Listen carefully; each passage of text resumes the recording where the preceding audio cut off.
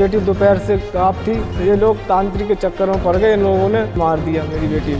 बगल के ही घर में जो जिससे इनके घर की बाउंड्री सटी हुई है, उस घर से बच्ची की डेड बॉडी मिली है। जो भी इसमें दोषी है उनके ऊपर कठोर कार्रवाई सुनिश्चित की जाएगी। देखने में बेहद खूबसूरत मासूम मिस्टी दोपहर के वक्त करीब 2 बजे घर से खेलने के लिए बाहर निकली। जब घंटों बाद भी वापस नहीं लौटी तो मां को फिक्र हुई। अड़ोस पड़ोस में पता किया, तलाश करने के बाद भी जब वो नहीं मिली तो उसके पिता राजू ने थाने पहुंचकर पुलिस को बताया। गुमशुदगी दर्ज कर ली गई। घर वालों के अहित की आशंका जताने पर देर शाम पुलिस तेजी से हरकत में आई।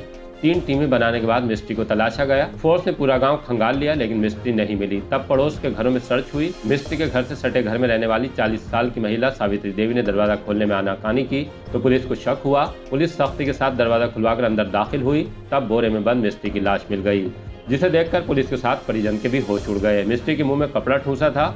लाश को देखने से प्रतीत हो रहा था कि मिस्टी को गला घोंटकर मारा गया है। सावित्री रिश्ते में मिस्टी की ताई लगती है। उससे मौके पर ही पूछताछ की गई। बाद में सावित्री के चचा ससुर रेलवे से रिटायर्ड चौकीदार गंगाराम को भी हिरासत में ले लिया गया। एसएसपी अनुराग आर्य भी पहुंच गए। उन्होंने मौका मुआयना करने के बाद हमें क्या जानकारी दी है, पहले आपको ये सुनवाते हैं, उसके बाद बताएंगे कि पूरा मामला क्या है। आज रात्रि लगभग 9:30 बजे थाना इज्जत नगर अंतर्गत शिकारपुर चौधरी गांव में एक सूचना मिली थी कि श्री राजू पुत्र श्री श्याम बिहारी, इनकी 4 वर्षीय बच्ची जो घर से गायब है, वो खेलने निकली थी और मिली नहीं। उसके बाद तत्काल थाना प्रभारी को जब सूचना मिली थाने पे, उनके द्वारा 3 टीमें गठित करते हुए बच्ची को खोजना शुरू किया।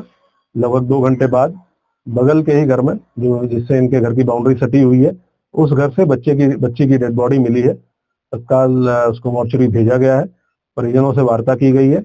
मौके से जिसके घर में डेड बॉडी मिली है वो महिला सावित्री, जिसकी उम्र लगभग 45 वर्ष है, इसको हिरासत में लिया गया है। परिजनों के द्वारा एक गंगाराम नाम के व्यक्ति, जिसका घर भी इनके घर से सटा हुआ है, उसके ऊपर भी शक जाहिर किया गया है। इसको भी हिरासत में लिया गया है। इनसे एक अलग टीम पूछताछ कर रही है। मौका मुआयना मेरे द्वारा किया गया। फील्ड यूनिट के द्वारा भी साक्ष्य संकलन किया जा रहा है, फोटोग्राफी की जा रही है।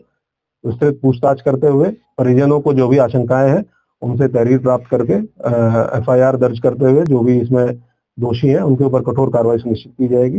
घटनास्थल निरीक्षण से ये ज्ञात हुआ है कि जो सावित्री महिला है, ये सब एक ही परिवार के लोग हैं, एक्सटेंडेड परिवार के लोग हैं, और ये अकेली थी उस टाइम घर पे जब बॉडी पुलिस के द्वारा इसके घर से रिकवर की गई है।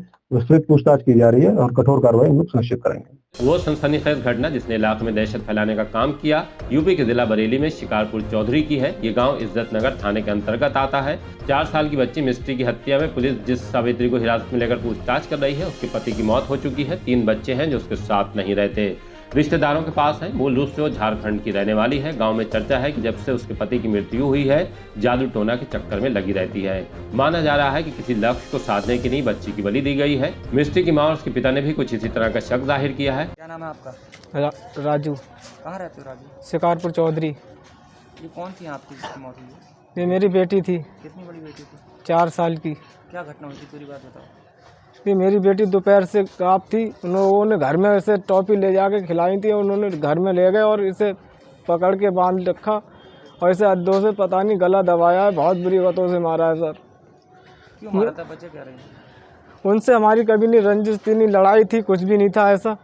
फिर भी ये लोग तांत्रिक के चक्कर में पड़ गए, इन लोगों ने उन्हें मार दिया मेरी बेटी को।